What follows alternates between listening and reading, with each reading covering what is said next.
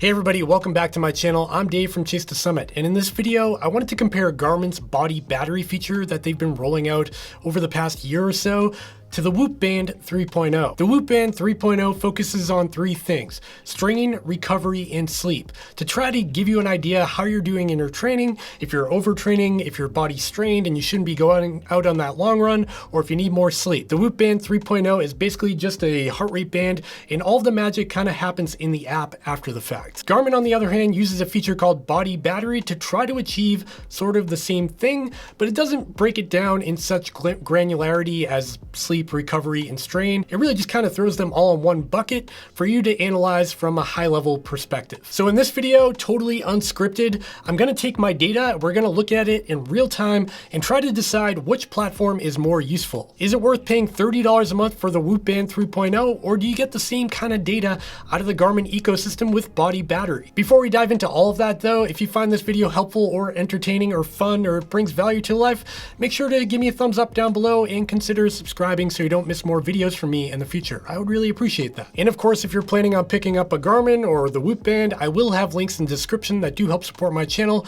but they don't cost anything extra to you. With that out of the way, let's get into this kind of off-the-cuff video. Like I said at the beginning of this video, this is totally unscripted. I basically just want to go through the data side by side and try to determine which one is more usable out of the box. Without being a total fitness nerd and knowing what all the numbers mean, is there an easy way to digest the data from either the Whoop Band or Garmin's body battery? That's what we want to achieve here, because even if something's super accurate, if you're not getting any value out of it other than seeing a bunch of numbers, what use is it? Also, I'm going to be ignoring the inaccuracy I found in the Whoop Band 3.0 in my previous video about the review of the Whoop Band 3.0.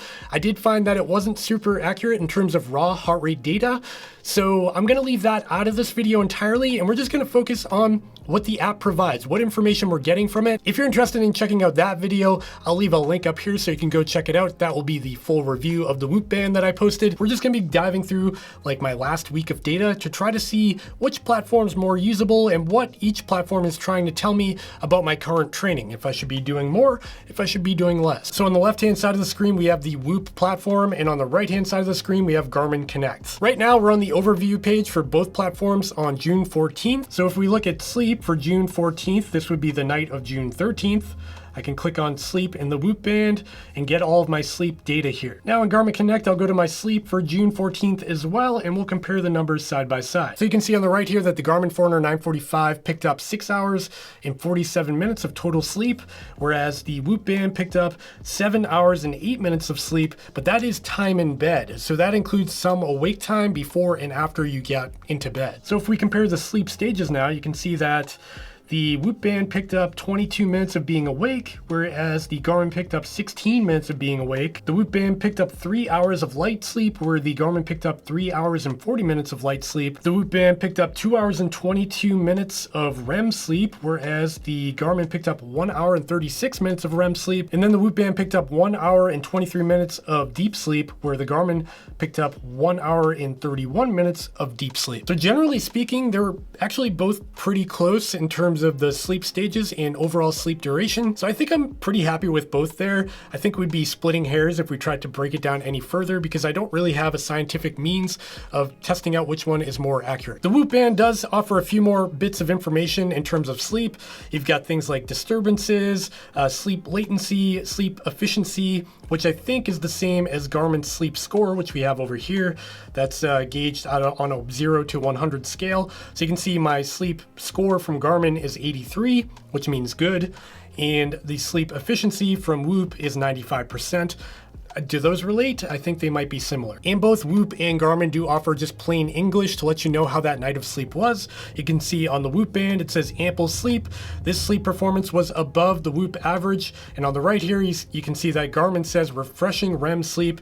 Your length of sleep was a bit shorter than recommended, but you had good REM sleep during that time. So they both give you some feedback on how your sleep was from the prior night, which is pretty cool. All right, now let's look at an overview of a given day on a particularly hard day where I did 2 activities in the same day to see how both platforms analyze and look at the energy consumption that day. Here we're looking at June 13th here, and this was a pretty hard day because at around Lunchtime, I went on a 2-hour-long trail run, and then later on that day at 6 p.m., I actually did an all-out 1-mile effort to see how fast I could do 1 mile in. And you can see that's reflected in both platforms. On the left side, we've got the Whoop band. On the right side, we've got the Garmin. And you can see at around the same time of day, both platforms picked up the activity that was exerted at that time. All right, so this is getting kind of complicated now. So on the left-hand side, we're looking at the Whoop band. On the right-hand side, we're looking at body battery.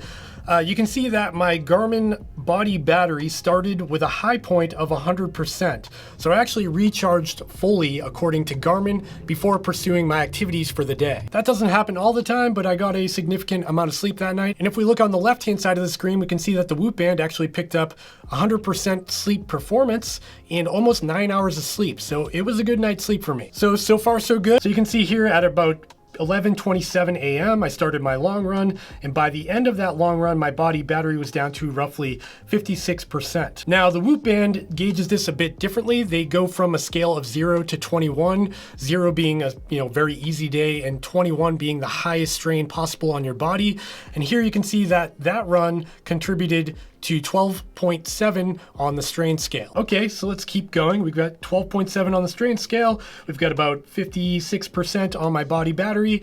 Then I live my life for just a few hours before I go on my all-out 1-mile effort at around 6 p.m. So in that 1-mile all-out effort, I dropped my body battery from 41% down to about 36%. Now if we go over and look at the Whoop band, you can see that I actually picked up a pretty big duration of time here.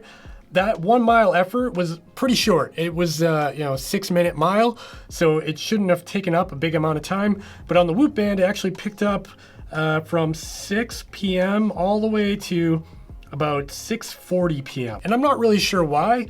I think it's because it auto detects activities, and I was running around with my kids because they were doing running activities too at the field that we were at. So in this case, I would say I'd give the edge to the body battery here because it really just picked up that 6 minutes of time where I exerted a bunch of effort and then I stopped and kind of chilled out for the rest of the day. Okay, so now that we've seen all of the strain data from June 13th, I want to see how all of this data affected June 14th, because if I had a really rough day on June 13th, odds are that my June 14th day should be spent in rest and recovery. Okay, so if we look at the body battery, you can see that during my previous night's sleep on June 14th, from June 13th sleeping into June 14th, you can see I had a pretty low body battery when I went to bed, but when I woke up, I was at 68%, which isn't very high. It'd be better to be in the 80s or 90s. So already I'm starting with a pretty low body battery there. And when we look at the Whoop platform on the left, you can see that I had a 57% recovery rate from my previous night's sleep.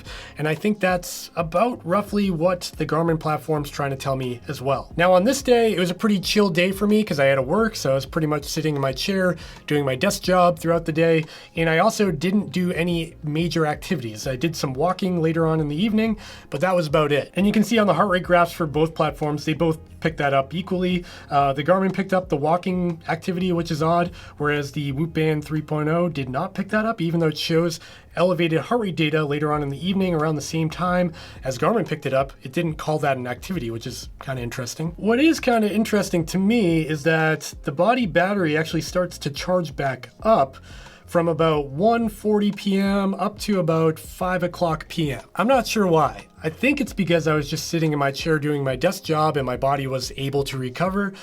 So it's reflected here on my chart with the body battery. However, it does show that the strain for my day on the Whoop band was only 5.9, which is a very low strain for a given day. So maybe it's captured there and then carried over to the next day. In either case, I think both platforms are pretty useful here. I think judging by looking at the body battery or the Whoop band, I would know that I probably shouldn't go run a marathon on this day, given the data that they're showing me. I was pretty run down from the day before, so getting some rest is probably a good idea. And sure, there's probably going to be harder days than my 2-hour long run and that 1 mile hard effort, where this would be way more obvious, but at least these subtle things are good to see here on both platforms. Okay, I'm not really sure where this video is going. I kind of just wanted to do this in real time on camera, so you can kind of see where my head's at and how useful each platform is. I hope you might have gained that from this video. You might not have, but I'm probably gonna upload it anyway. So let me know if it helped you out in the comments down below. If you want my opinion between the Whoop Band 3.0 and Garmin's body battery, let's leave it like this.